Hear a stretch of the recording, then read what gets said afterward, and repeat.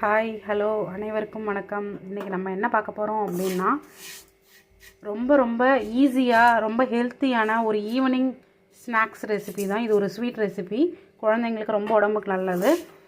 எந்த அவல் வேணாலும் நீங்கள் வச்சு செய்யலாம்.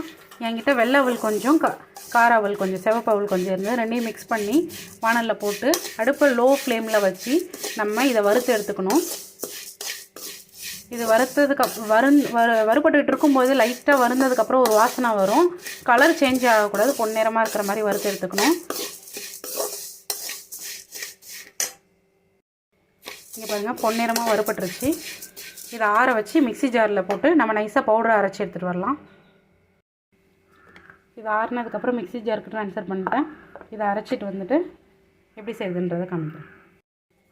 இங்கே பாருங்கள், இந்த மாதிரி நைஸாக அரைச்சி எடுத்துகிட்டு வந்துக்கணும். இப்போ பாருங்கள், இப்போ இதை ஒரு பிளேட்டில் ட்ரான்ஸ்ஃபர் பண்ணிக்கலாம். வறுத்த வேர்க்கடலை தோல் நீக்கி அதையும் மிக்சியில் போட்டு பவுடர் பண்ணிக்க போகிறோம். வறுத்த வேர்க்கடலையை தோல் நீக்கி நம்ம மிக்ஸி ஜாரில் சேர்த்து பவுடர் பண்ண போகிறோம். இங்கே பாருங்கள், ரொம்ப நைஸ் பவுடராக இருக்கணும்னு அவசியம் இல்லை, இந்த மாதிரி இருந்தால் போதும். ஏன்னா கடித்து சாப்பிடும்பொழுது குழந்தைங்களுக்கு நல்லாயிருக்கும். நெக்ஸ்ட்டு அடுப்பில் ஒரு கடாயை வச்சுக்கோங்க. கடாயை வச்சு ஆன் பண்ணிக்கலாம். அதில் கொஞ்சமாக இந்த வெல்லம் கரையிறதுக்கு மட்டும் தண்ணி விட்டுக்கோங்க.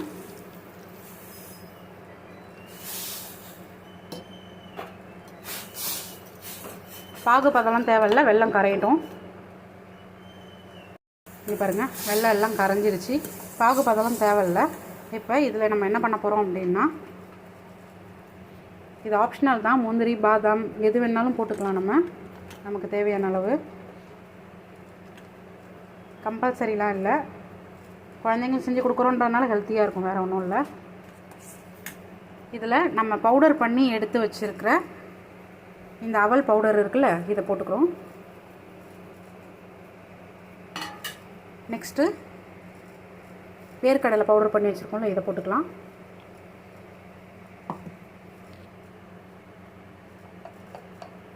டேஸ்ட்டுக்கு ஏலக்காய் பவுடர் கொஞ்சம்,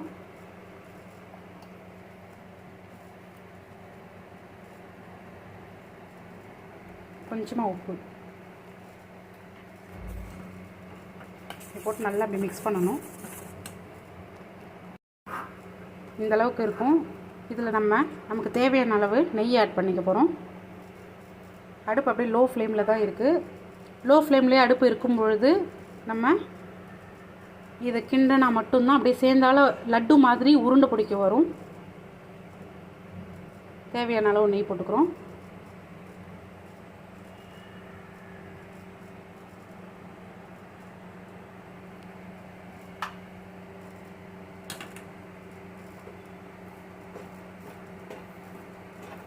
அப்போ தான் லைட்டாக இலகின மாதிரி இருக்கும், லட்டு பிடிக்க நல்ல வாட்டமாக இருக்கும்.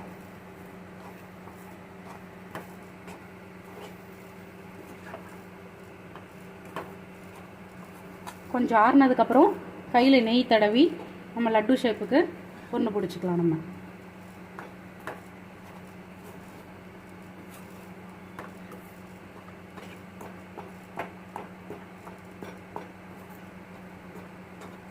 ரொம்ப ரொம்ப ஹெல்த்தியான ஸ்கூலுக்கு ஸ்நாக்ஸாகவும் இதை நீங்கள் குழந்தைங்களுக்கு கொடுத்து அனுப்பலாம்.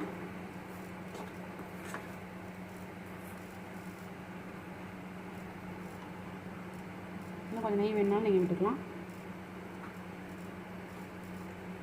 அவ்வளோதான், அடுப்பு ஆஃப் பண்ணிடலாம். இப்போ இது ஆறுனதுக்கப்புறம் நம்ம லட்டு பிடிக்க போகிறோம்.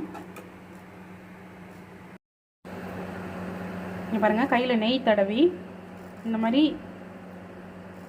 பால்ஸ் மாதிரி உருண்டையாக இங்கே பாருங்கள், லட்டு ஷேப்புக்கு ரெடி பண்ணிக்கலாம். கொஞ்சம் இது சூடாக இருக்கும்பொழுதே நீங்கள் லைட்டாக சூடு இருக்கும்பொழுதே நீங்கள் செய்யும்பொழுது நல்லா டைட்டாக பிடிக்க முடியும். அதுக்காக தான்.